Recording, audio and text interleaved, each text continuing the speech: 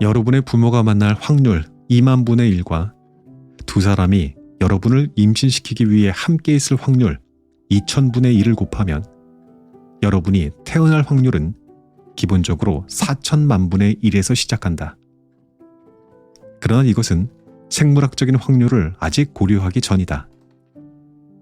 여러분의 어머니가 평생 10만 개의 난자를, 아버지가 4조 개의 정자를 생산한다면 여러분이 여기에 있을 확률은 대략 40경분의 1이다.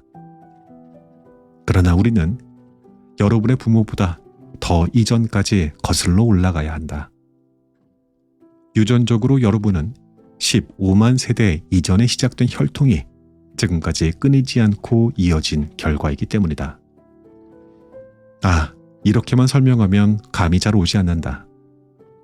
그래서 우리가 태어날 확률이 대체 얼마라는 말인가? 여러분이 존재할 확률은 200만 명이 모여서 각자 면이 1조 개인 주사위를 던져 모두가 똑같은 면이 나올 확률과 똑같다. 우리가 이렇게 태어난 존재라고? 우리가 태어난 것은 우연인가 필연인가? 원했든 원하지 않았든 우리는 엄청난 선물을 받았다. 바로 삶. 이걸 가지고 뭘 해야 할지도 모르겠다는 번잡스러운 선물. 삶. 이 시대에 생각하는 동물로 존재한다는 것은 어마어마한 이야기거리임에 틀림없다. 이제 결정적으로 중요한 질문은 하나뿐이다.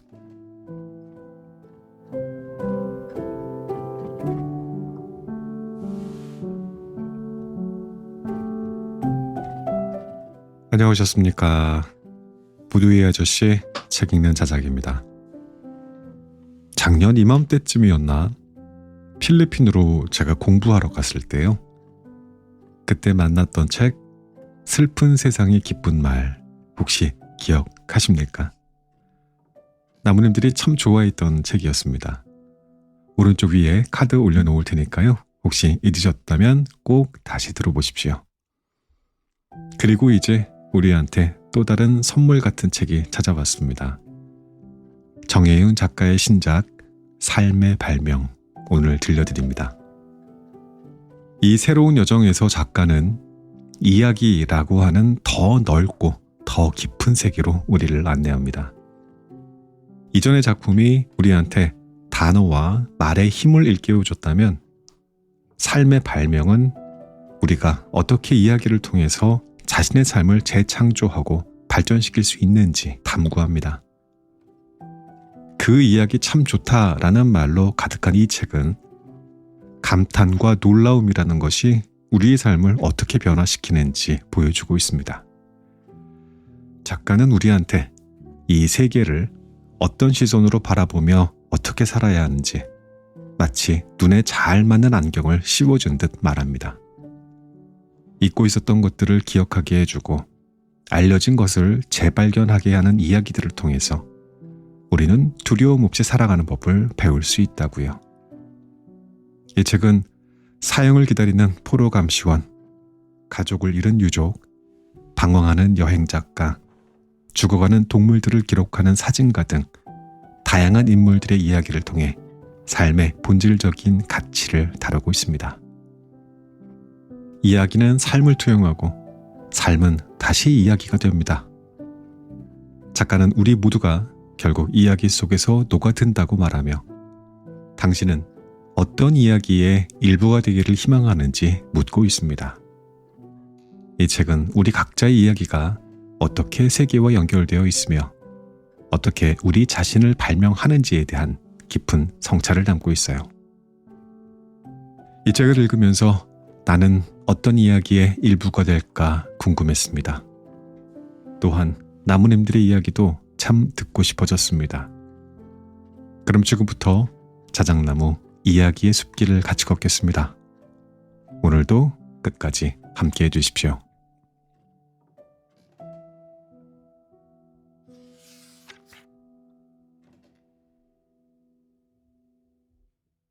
결심.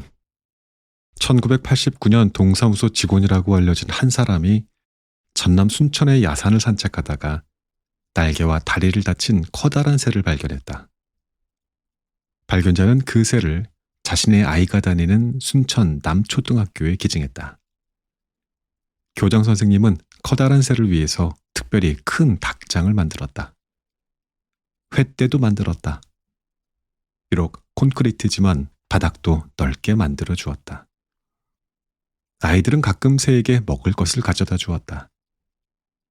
이 새는 백로인가 봐. 선생님들도 학생들도 그렇게만 생각했다. 세월이 흘러서 아이들은 차례차례 졸업을 했다. 그래도 커다란 새는 여전히 같은 곳에 있었다. 11월이 되면 새가 있는 닭장 위로 아침 저녁으로 흑두루미들이 순천만을 향해 날아갔다. 세월이 조금 더 흘러 김대중 대통령 시절이 되었다. 2000년 7월 초등학교 운동장에서 대규모 정치 집회가 열렸다. 집회 예정 시간보다 일찍 도착한 학부모 한 명이 학교를 둘러보다가 커다란 새가 있는 닭장을 발견했다. 그는 마침 환경단체 회원이었다. 그의 눈에 새는 아무래도 천연기념물 같아 보였다. 그는 즉시 이 사실을 지역 시민단체에 알렸다. 커다란 새는 천연기념물 228호 흑두루미였다.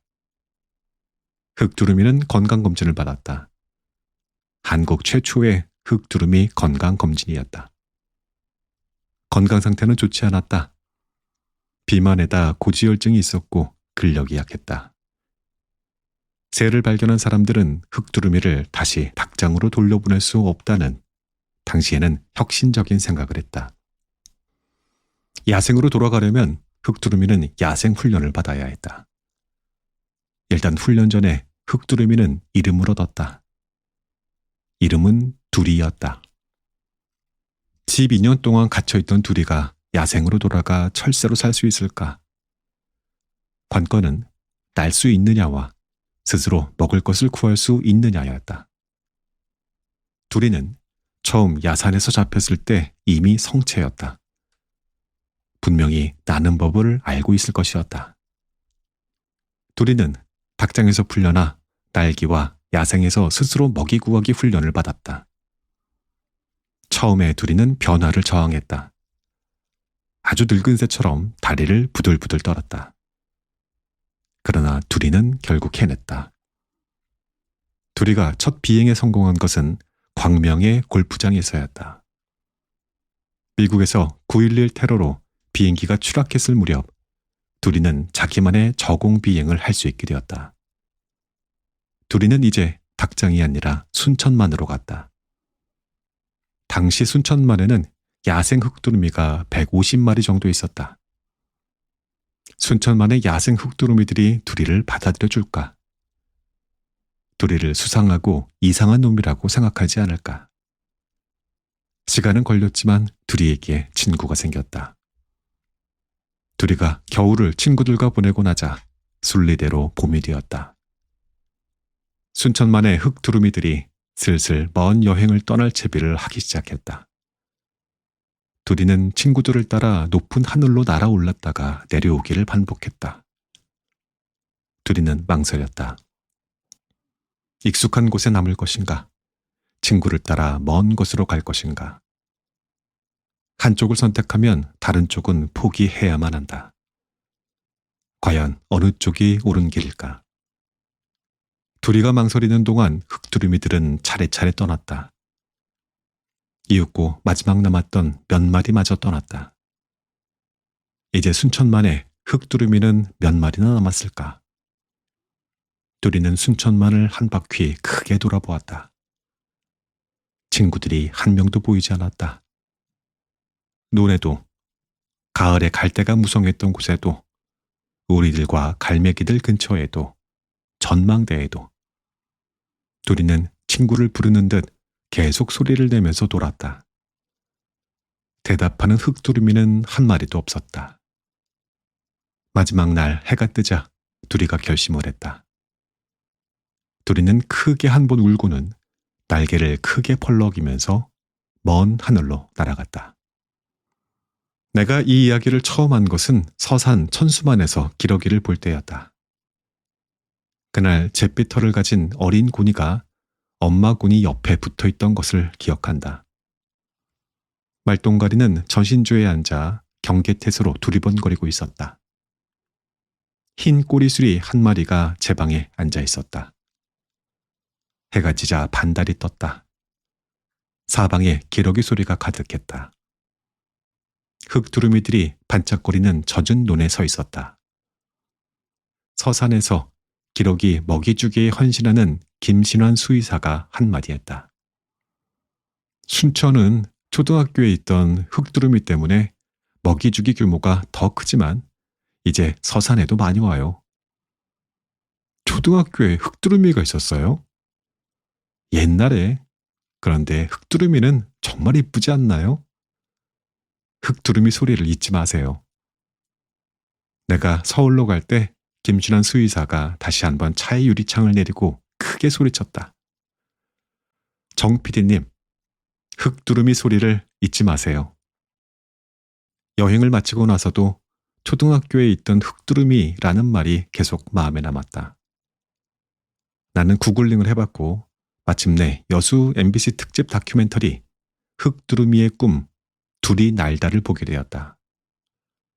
그런데 이상하게도 자려고 누워도 두리의 소리가 계속 귓가에 맴돌았다. 두리에게 신경이 쓰였고 두리의 운명이 궁금했다. 두리의 소식은 더 이상 검색으로는 알 수 없었다. 그러나 어디로 가야 두리의 소식을 들을 수 있을지 알고 있었다. 나는 순천으로 갔다. 순천에 도착하자마자 멀리서 흙두루미들이 나다를 먹고 있는 것이 보였다. 옆에는 교회의 장로처럼 차려입은 독수리들이 근엄하게 앉아 있었다. 겨울 들판에는 살아있는 것들이 너무 많았다. 나는 두리의 야생훈련을 담당했던 김영대 수의사를 만났다. 그날 두리가 날아가고 우리가 차로 휴전선 근처까지 따라갔어요. 더 이상은 따라갈 수 없었겠네요. 나는 꼭 묻고 싶은 것을 물었다. 두리는 왔어요? 단 한 번이라도? 아니요. 위치 추적 장치를 달았을 텐데요. 네, 신호가 잡히지도 않았어요. 목격자도 없었고요. 사체라도 찾으려고 노력을 많이 했지만 발견되지 않았어요. 실망했나요? 두리가 건강하게 돌아오길 바랐던 것은 사실이에요. 저희도 몇 년은 더 순천만에서 두리가 오기를 기다렸어요. 어쨌든 두리가 날아올랐다는 사실에는 변함이 없는 거니까요. 그 무렵에는 사회적 분위기가 비전향 장기 수질이 풀려나기도 했고 하루를 살더라도 자유롭게 살고 싶어하던 그분들의 마음을 이해하는 분위기도 있고 해서 그러한 마음들이 모인 일이었어요. 순천만에 다시 오세요. 만나게 해드리고 싶은 분이 있어요. 나는 두리가 날아가기로 결정했다는 것을 자주 생각했다. 그리고 두리가 날아오른 위험하기 짝이 없는 세상에 대해 생각했다. 그러나 두리의 마지막 울음소리는 두리의 선택이고 소망이었다. 두리의 날갯짓과 소리에 두리의 삶과 꿈이 담겨 있었다. 나는 다시 순천만을 찾았다. 그리고 김영대 수의사가 만나게 해주고 싶다던 분, 흙두루미 사진으로 이름을 날리는 사진가이기도 한 서근석 선장을 만났다. 그를 만날 때 댕기머리 물대새 한 마리가 천연덕스럽게 방파제를 걸어다니고 있었다. 서근석 선장의 배 그린호에는 수달의 똥과 수달이 먹다 남긴 물고기 머리가 바짝 마른 채 있었다. 내가 어렸을 때 농약을 먹고 몸을 뒤틀면서 죽는 흙두루미를 보기도 했어요. 그때에도 흙두루미는 죽어서야 가까이에서 볼 수 있는 귀한 새였어요. 처음에는 그러한 귀한 새가 온다는데 자료라도 남기고 싶어서 새를 찍기 시작했어요. 그렇게 순천만의 일부가 되려고 했습니다. 사진을 찍다가 새에 점점 푹 빠져서 2015년에는 탱크를 빌려서 러시아 두루미 보호구역까지 갔어요. 거기는 거친 땅이었습니다. 번식지에서는 두루미들이 모여 있지 않으니 두루미를 발견하기 어려워요. 그런데 며칠 있었더니 놀랍게도 알 2개가 바로 보이는 거예요. 크기는 계란보다 큰 정도. 보통은 부모 둘이 교대로 알을 지키는데 그날은 어쩐 일인지 부모가 둘 다 보이지 않았어요. 내가 알을 지켜보는데 알에 금이 가기 시작하는 거예요. 알을 깨고 두루미 새끼가 햇살 속으로 나오려고 해요. 바람도 좋았어요. 저걸 찍어야겠다. 나무 뒤에 카메라를 설치하는데 뭔가 시커먼 게 휙 나타나요. 까마귀였어요. 까마귀가 알을 먹어버린 거예요. 눈 한번 깜빡할 만큼 찰나의 일이었습니다. 나도 모르게 그 순간을 찍었는데 알에 피가 얼핏 비쳐요. 알 2개가 다 사라졌어요. 두루미는 태어나기도 힘들고 순천만까지 오기도 너무 힘들어요. 확률이 굉장히 낮습니다. 나는 이 말을 듣기 전까지는 새 한 마리의 비행이 그렇게 특별한 일이라고는 생각조차 해보지 않고 살았다. 그 뒤에 그는 순천만에 오는 그 해의 첫 흙두루미를 가장 먼저 발견한 사람이 되었다.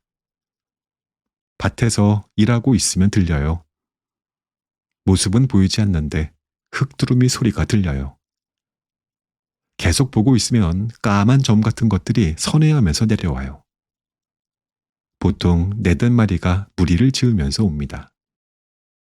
나는 다음 날 서 선장과 자칭 두루미 마니아 서회학자 조돈문 선생과 함께 일출대 흙두루미의 비행을 봤다.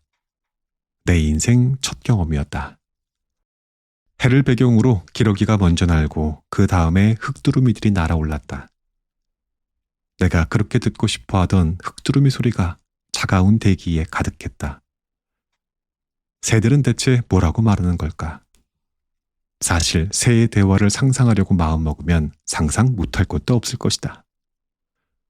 오늘은 저쪽 논으로 가볼까? 근데 서둘러야 돼. 그리고 차 조심해. 저기 봐. 어랍쇼? 인간들도 우리처럼 아침에 심호흡을 하네.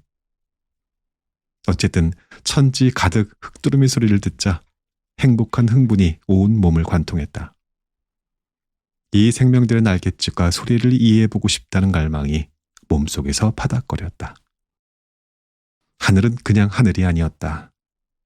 수많은 생명체가 자신의 길을 찾는 곳이었다. 서 선장이 내게 말했다. 내가 이런 것을 보니 아무것도 부럽지 않아요. 얼마나 많은 이런 아침이 그의 일생의 일부분이었을까. 이런 걸 보면 모든 것을 얻은 것 같습니다. 그래서 하루라도 안 나올 수가 없어요. 정말 아무것도 부럽지 않을까?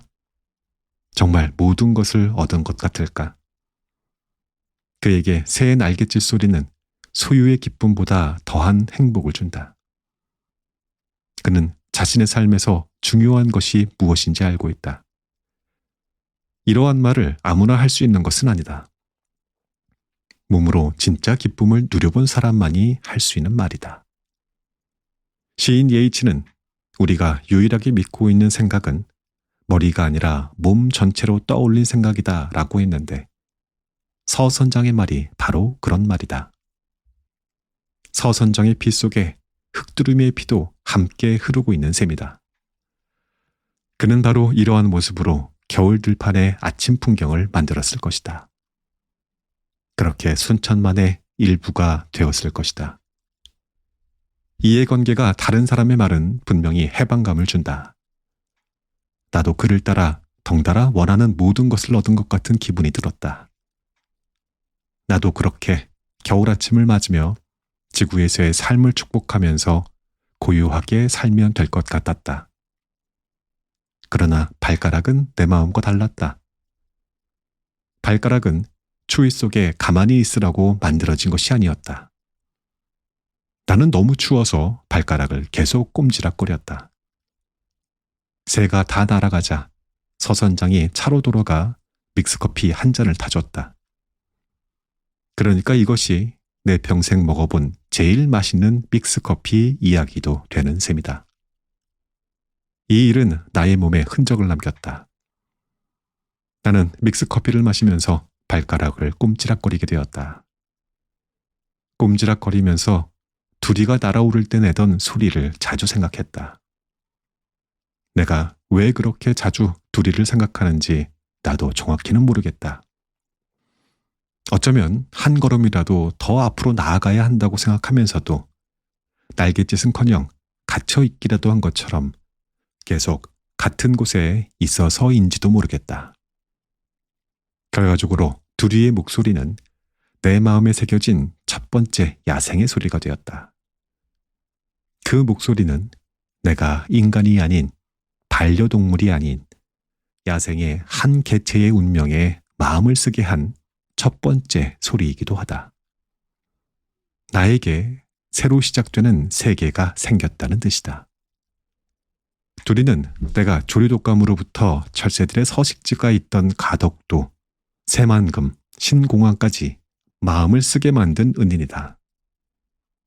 두리를 생각하는 시간이 많아질수록 두리가 날아오를 때 나의 일부분도 같이 날아오른 것만 같이 느껴진다. 그 날아오른 일부분이 아직 돌아오지 않고 있는 것만 같다. 어떤 날은 아예 내가 두리가 된다. 피로와 자신 없음에 부들부들 떨면서도 힘을 내야 할 때. 그러나 일단 힘을 내면 잠깐이라도 가슴에서 우러나오는 자유를 만끽하는 순간을 만날 수 있다. 내 상상 속에서 두리는 바짝 마른 채 번식지에 도착했다. 그러나 고되고 힘든 비행을 마친 두리는 보상을 받았다.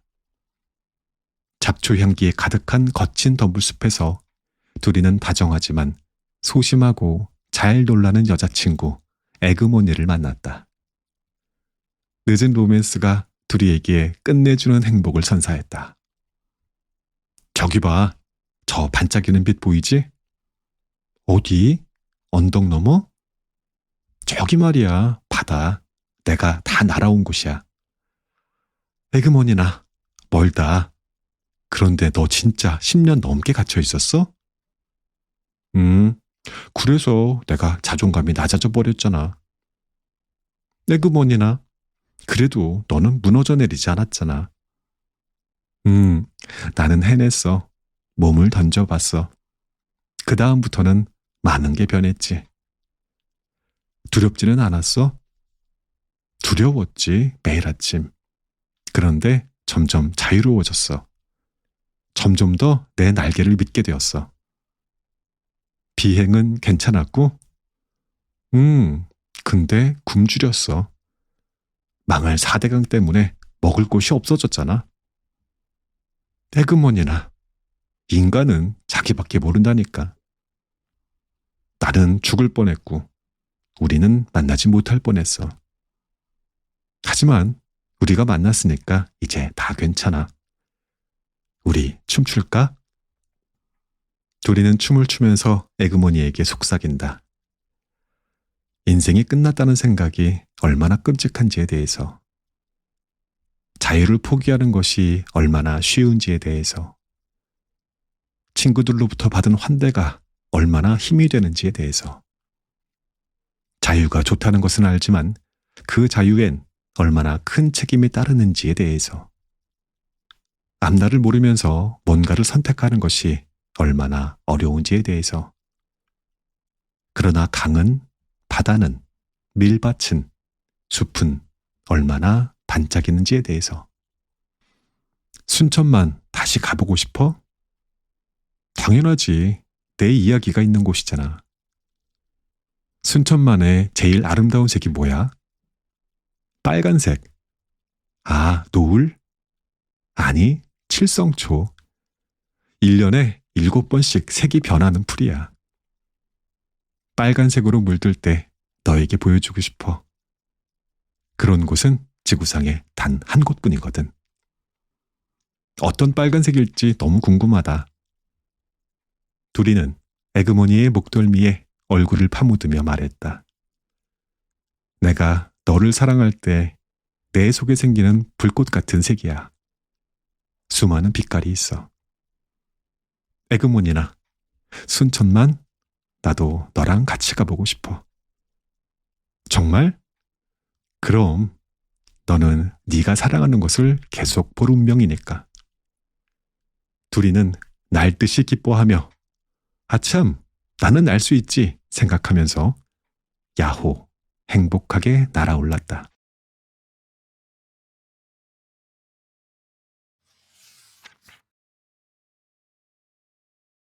시월이라는 돌고래가 있어요. 10월에 발견되어서 이름이 시월이에요. 시월이 일은 내가 본 게 아니고 장수진 연구원이. 시월이 이야기는 제주에서 돌고래를 관찰 중인 행동생태학자 장수진 연구원이 마린걸스라는 책을 냈으니 그 책에 실린 장수진 연구원의 목소리를 참조, 인용해 보겠다.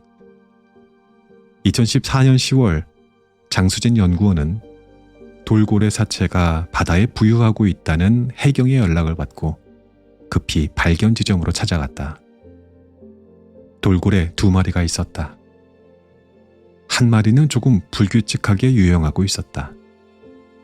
문제는 나머지 한 마리였다. 다른 한 마리는 브리칭하듯 연속으로 뛰어오르고 있었다.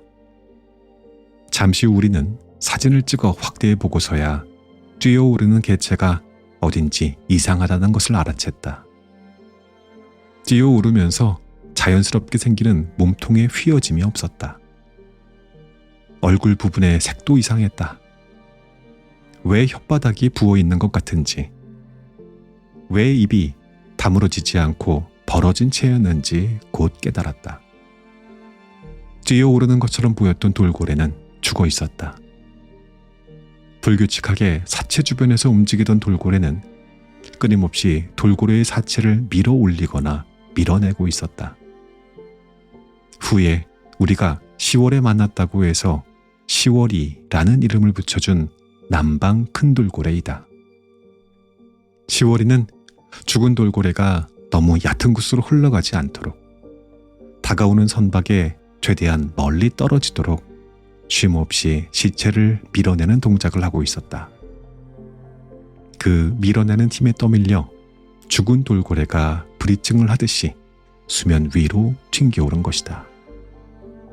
장 연구원 일행이 두 돌고래를 지켜보는 사흘 동안 풍랑주의보가 예보된 바다는 점점 파도가 거칠어지고 있었다. 그 사흘 동안 시월이는 먹이를 사냥하는 행동은 전혀 보이지 않았고 오로지 죽은 새끼만 지키고 있었다. 결국 풍랑주의보가 발효되기 하루 전 장 연구원은 해경과 함께 모터보트를 타고 돌고래 사체를 회수할 수밖에 없었다. 죽은 돌고래를 끌어오기 위해 고무보트 옆에 사체를 묶어 매달았다. 배가 항구를 향해 출발하자 죽은 돌고래를 지키던 시월이가 선박에 바짝 따라붙었다. 모터보트가 내는 소음 때문에 배 안의 사람들은 말을 나누기 힘들 정도였는데에도 뒤따르는 시월이의 높은 휘스름은 끊임없이 들려왔다.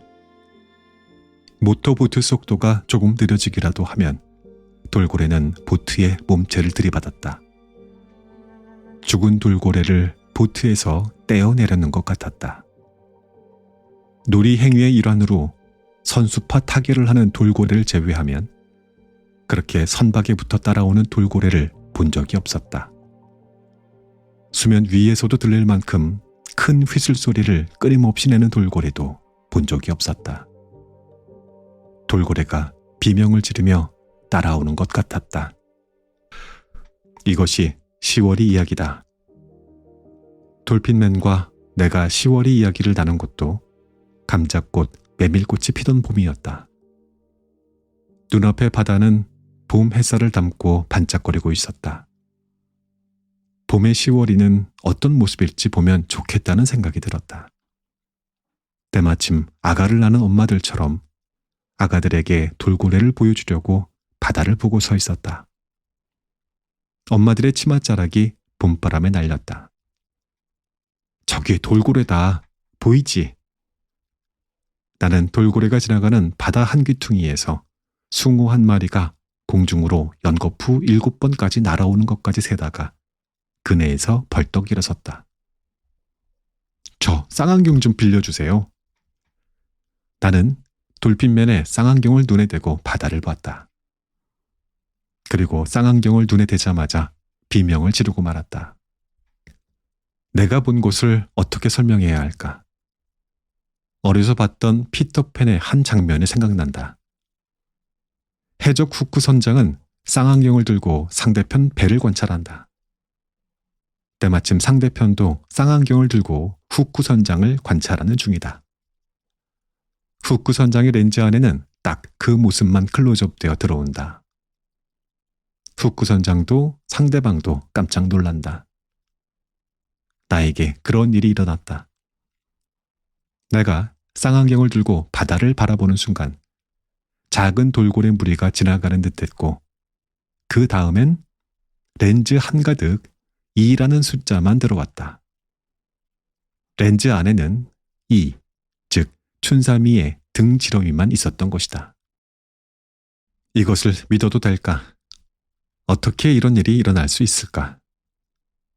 쌍안경을 들어서 렌즈 배열을 맞추려고 바다의 아무 지점이나 보기 시작했는데 거기에 때마침 춘삼이 무리가 지나가고 무리 중에서도 다름 아닌 춘삼이가 바로 그때 바로 거기에서 수면 위로 떠올랐다. 게다가 나는 춘삼이의 다른 부위가 아니라 하필이면 등 지느러미가 떠오른 그 위치에 쌍안경을 고정시키고 있었다. 이렇게 모든 것이 맞아떨어져도 될까? 쉼없이 이동 중인 생명체와 이렇게 만나다니 정말 말도 안 되는 어마어마한 사건이 벌어진 것이다. 춘삼이는 아기와 함께 있었다. 돌핀맨이 넋이 나간 나를 보고 웃으면서 말했다. 춘삼이랑 춘삼이 아기 옆에 같이 있었던 게 10월이에요. 10월이도 그 사건 뒤에 건강한 아기를 낳았어요. 나무 그네에 앉아 다리를 흔들면서 그런 대화를 나누는 둘을 바라보는 나의 눈가가 촉촉해졌다. 그들에게 그리고 세상 모든 것에 사랑을 나눠주고 싶은 욕망이 샘솟았다. 나의 세계가 무한히 확장되었다. 춘삼이, 아기, 10월이 무리는 나를 확 붙잡았다가 약간의 물거품만 남기고 사라졌지만 그 짧았던 시간이 내게는 영원했다. 찰나와 영원히 대정 앞바다에서 만났다. 그 짧았던 순간 나의 이야기에 기적이 실처럼 엮였다. 나는 행복 중에 최고의 행복, 기다리던 바로 그 일이 일어났다는 것을 봤다는 믿을 수 없는 행복을 맛보았다. 삶의 의미는 삶을 가치 있게 사는 데 있고 우리는 이것을 자아실현이라고 부른다. 나는 이렇게 자아를 실현하면서 삶의 발명이라고 부른다. 바닷가에서 돌고래를 기다리는 것이 나에게는 나다운 것이고 행복이고 자아실현이다. 도저히 있을 법하지 않은 기쁜 일을 기다리는 것이 나다운 것이고 나의 자아실현이다. 도저히 있을 법하지 않은 기쁜 일이 일어나도록 최선을 다하는 것. 이 또한 나의 자아실현이다. 여러분의 부모가 만날 확률 2만 분의 1과 두 사람이 여러분을 임신시키기 위해 함께 있을 확률 2000분의 1을 곱하면 여러분이 태어날 확률은 기본적으로 4천만 분의 1에서 시작한다. 그러나 이것은 생물학적인 확률을 아직 고려하기 전이다. 여러분의 어머니가 평생 10만 개의 난자를, 아버지가 4조 개의 정자를 생산한다면 여러분이 여기에 있을 확률은 대략 40경분의 1이다. 그러나 우리는 여러분의 부모보다 더 이전까지 거슬러 올라가야 한다. 유전적으로 여러분은 15만 세대 이전에 시작된 혈통이 지금까지 끊이지 않고 이어진 결과이기 때문이다. 이렇게만 설명하면 감이 잘 오지 않는다. 그래서 우리가 태어날 확률이 대체 얼마라는 말인가? 여러분이 존재할 확률은 200만 명이 모여서 각자 면이 1조 개인 주사위를 던져 모두가 똑같은 면이 나올 확률과 똑같다. 우리가 이렇게 태어난 존재라고? 우리가 태어난 것은 우연인가 필연인가? 원했든 원하지 않았든 우리는 엄청난 선물을 받았다. 바로 삶. 이걸 가지고 뭘 해야 할지도 모르겠다는 번잡스러운 선물. 삶. 그런데 이 문장 뒤에 받고 싶지 않은 선물 꼬리표가 따라 붙는다. 현실이란 거대한 계획 아래 여러분은 지구에 도착했다. 대재앙이 목전에 닥친 적시, 적소의 말이다. 사실 너무도 완벽하다. 헐리우드도 이보다 더 나은 플롯은 생각해내지 못할 것이다. 그리고 여러분은 지금 이 이야기의 주인공은 이보다 더 장대하고 세심하고 놀라운 이야기는 결코 만나지 못할 것이다. 이 시대에 생각하는 동물로 존재한다는 것은 어마어마한 이야기거리임에 틀림없다. 이제 결정적으로 중요한 질문은 하나뿐이다. 딱 지금 이 시기에는 어떤 이야기가 필요할까?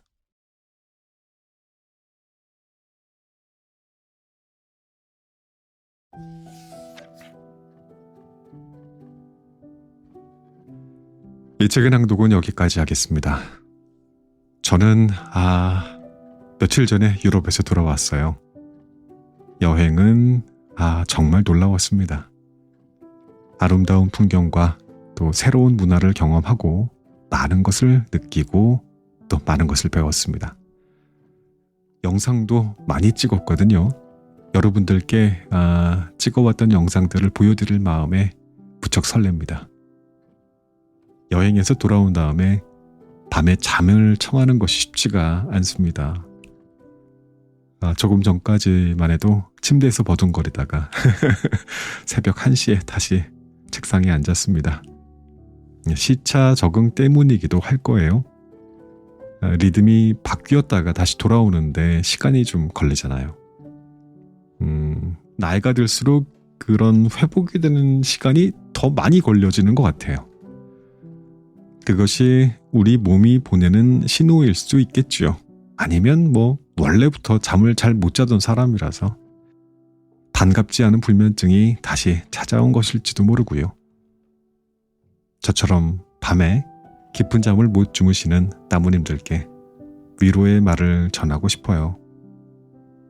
근데 그게 그렇게 나쁜 것만은 아닙니다. 여러분들도 지금 이 시간을 활용해서 무언가 의미 있는 일을 하고 계시잖아요. 저는 책을 녹음했고 여러분들은 끝까지 책을 들었으니 얼마나 멋진 시간을 보내고 있습니까? 예전에 어른들이 그런 말씀하셨는데 잠이야 죽으면 평생 잘 거 왜 그렇게 잠에 집착하냐. 좀 억지스러운 말이기는 했지만 좋게 보면 틀린 말도 아니라서 웃음이 납니다. 그러니 잠이 오지 않아 힘들어하시는 모든 분들, 우리 너무 슬퍼하지 맙시다. 지금 이 순간 우리는 소중하고 귀한 시간을 보내고 있는 거니까. 자, 그럼 엔딩 음악 들으면서 저는 그만 물러가겠습니다. 또 다른 어느 깊은 밤에 다시 찾아오겠습니다. 안녕히 계십시오.